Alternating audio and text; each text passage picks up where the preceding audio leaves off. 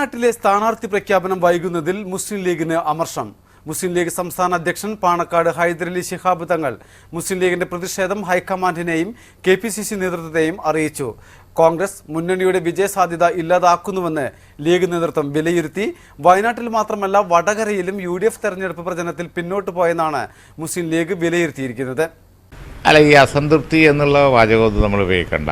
ഇത് തീരുമാനം വേഗം വേണം എന്ന് നമുക്ക് തീരുമാനം അത് വൈകരുത് എന്നുള്ളത് ഞങ്ങൾ ഡൽഹിയിൽ കോൺഗ്രസിൻ്റെ ഹൈക്കമാൻഡിനെ ഞങ്ങൾ അറിയിച്ചിട്ടുണ്ട്. വേഗം തീരുമാനം വേണം, അതാണ് നല്ലത്. കാരണം UDF വളരെ ശക്തമായി മുന്നേറിക്കൊണ്ടിരിക്കുന്ന ഒരു സമയമാണ്.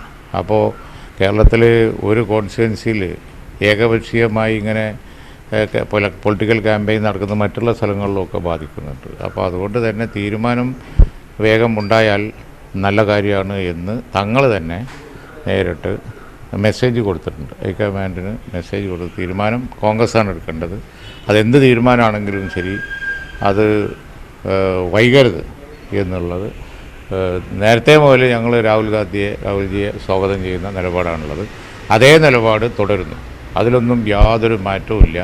വയനാട്ടിൽ രാഹുൽ ഗാന്ധി മത്സരിക്കാനെത്തുമെന്ന വാർത്ത ആവേശത്തോടെയാണ് മുസ്ലിം ലീഗ് സ്വാഗതം ചെയ്തിരുന്നത്. എന്നാൽ തീരുമാനം വൈകുന്നത് ലീഗ് നേതൃത്വത്തെ പോലും അമർഷത്തിലാക്കി.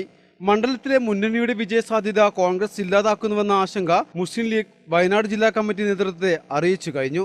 തുടർന്നാണ് പാണക്കാട് ഹൈദരലി ശിഹാബ് തങ്ങൾ നേതൃയോഗം വിളിച്ചു ചേർത്തത്.